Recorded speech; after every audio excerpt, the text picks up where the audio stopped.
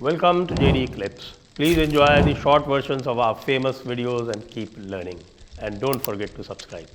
बड़ी खबर यह है कि साहब कि सुमित पीर साहब जो है वो भी कुछ दिनों पहले वानिता विंची से मिले थे।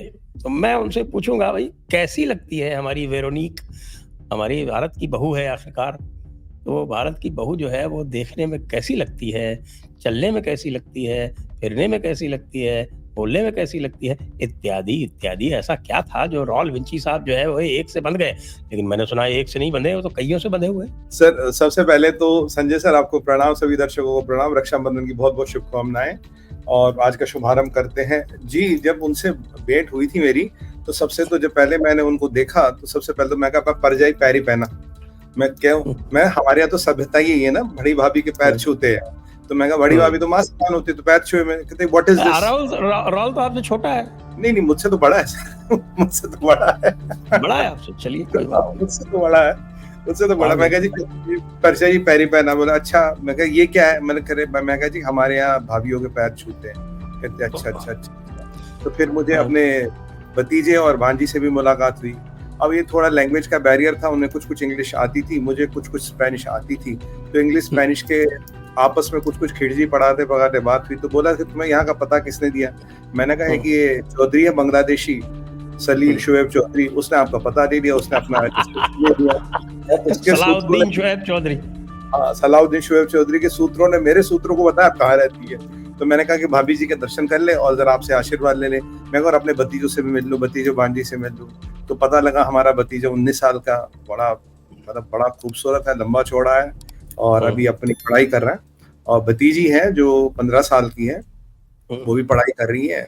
बस भाभी जी की एक ही विडंबना थी, कह रहे कि आपके भैया आते नहीं यहाँ पे, पता नहीं कहाँ व्यस्त रहते, चुनाव पे चुनाव हारे जा रहे हैं, हार पे हार हो रही है, पर पता नहीं यहाँ क्यों नहीं आते। मैंने कहा देखिए जब वो कुछ दिन लुप्त हो जाते हैं तो मुझे तो लगता था यही आते हैं। बोले नहीं, तुम्हें ये आइडिया गलत है, अपने सूत्रों से पता करो, बीच में थाईलैंड भी आता है।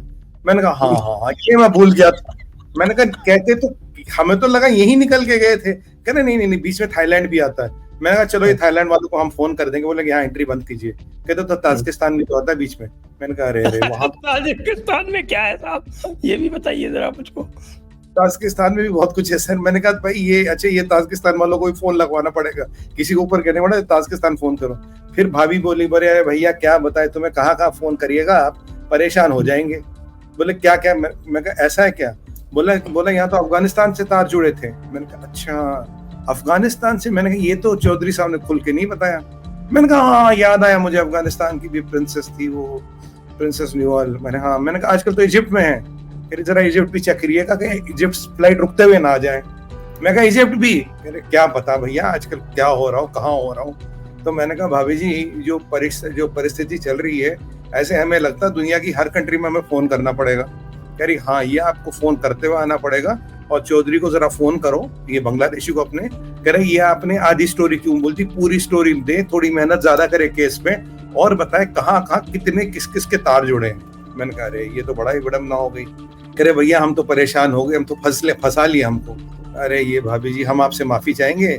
तो बोले अब भी हमें ना इंडिया बुलाते हैं ना हमें एक्नॉलेज करते हैं। और मैंने कहा वो शादी करे, शादी तो आप जानते हैं हमारे यहाँ शादी वादी होती नहीं, ऐसे ही चलता सिस्टम।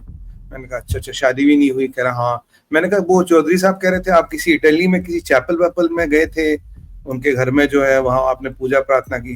बोले हाँ पूजा प्रार्थना तो की थी, एक बार 98 में इंडिया भी आए थे, उसके बाद तो हमारा एंट्री बंद कर दी। बोले राजनीति के लिए तुम्हारी एंट्री सकारात्मक नहीं है।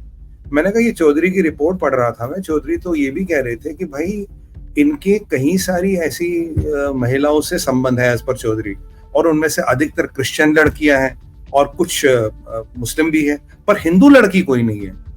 मैंने कहा ये क्या मतलब है? ये तो खुद को दत्तात्रेय कोल कश्मीरी पंडित ब्राह्मण शिव भक्त थे, परम शिव भक्त ब्राह्मण हिंदू कहते हैं, पर ये हिंदू लड़की से इनका कोई संबंध नहीं। कह रहे नहीं ये आपकी गलत भ्रांति है, उनकी किसी से भी कहीं भी संबंध हो सकते हैं, हाँ पर ऑफिशियली इनसे ही संबंध है। मैंने कहा अच्छा। फिर ये चौधरी की रिपोर्ट में एक और चीज भी जो सामने आई, कहते जी ये जो चौधरी कहते जी मैंने इनके संगी साथियों से पूछा कि भाई आप ये कैसे व्यक्ति हैं राहुल गांधी?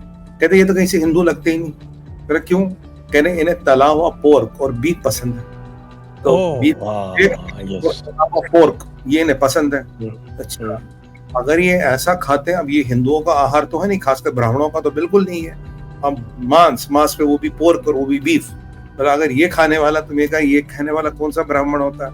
कह रहा नहीं ऐसे ही ब्राह्मण है, तो ये ऐसी चलती है। तो अब मैंने कहा अब क्या करें? कहते अब तो ये कहते हैं भैया ये बच्चों की शादी हो जाए फिर आएंगे, फिर हम भी तीर्थ यात्रा पे जाएंगे। मैंने कहा कहाँ जाएंगे आप तीर्थ? रोम में कौन सा तीर्थ है? रोम में जाएंगे या कहीं कोलंबिया में जाएंगे? कहाँ जाएंगे? ये एग्जैक्टली ये क्वेश्चन था। मैंने कहा भाभी जी 3 ऑप्शन है, रोम, कोलंबिया या हरिद्वार। हरिद्वार सुन के बोली वो कहाँ है? आप तो इंडिया आने नहीं देते हमें। मोदी जी को कहिए हमारा कुछ वीजा स्पेशल बनवाए। मैंने कहा अच्छा साहब से उनसे कहिए घर वापसी कर ले, बुलवा लेंगे। हाँ, मैंने बोला था, मैंने देखिए हमारे यहाँ तो सिंपल क्राइटेरिया घर वापसी कर ले। बोले जो लोग पहले क्रिश्चियन बने थे, ये अफगानिस्तान वाली प्रिंसेस जो क्रिश्चियन बनी थी, कह रहे इसको तो रिटर्न वापसी करनी पड़ी। मैंने कहा मतलब? कह रही इस्लाम से वो क्रिश्चियन बनी, और चौधरी का रिपोर्ट जो कहता है कि वो प्रेग्नेंट थी तो अबॉर्शन कराया पड़ा, और अबॉर्शन करा के उनका दिल के टुकड़े हुए 1000, कोई यहाँ गिरा कोई वहां गिरा, और फिर वो वापस किसी मुसलमान से उन्होंने शादी कर ली। कह रहे हैं तो 2 बार वापसी करनी पड़ी, आपसी और वापसी। कह रही भैया तुम्हारे घर वापसी के चक्कर में हम नहीं पड़ेंगे, क्योंकि हम अगर एक बार यहाँ आ गए फिर वो वाले नहीं पकड़ेंगे। मैं कहा चलो छोड़ो, अब ये बताओ आपको तीर्थ कहाँ जाना है? वेटिकन जाएंगे, कोलंबिया जाएंगे? बोले देखिए हम तो कोलंबिया वाले ही हैं, हम कोलंबिया जाएंगे। और यहाँ आपको ऑन अ सीरियस नोट एक बात बताऊं, एक चीज आई थी जो काफी सोशल मीडिया पे चली थी, क्योंकि ये न्यूयॉर्क में, अमेरिका में कहीं राहुल गांधी शायद इसी महिला के साथ ये पकड़े गए थे। इनके पास बहुत ज्यादा कैश पकड़े गए थे, इनके पास बहुत ज्यादा कैश था।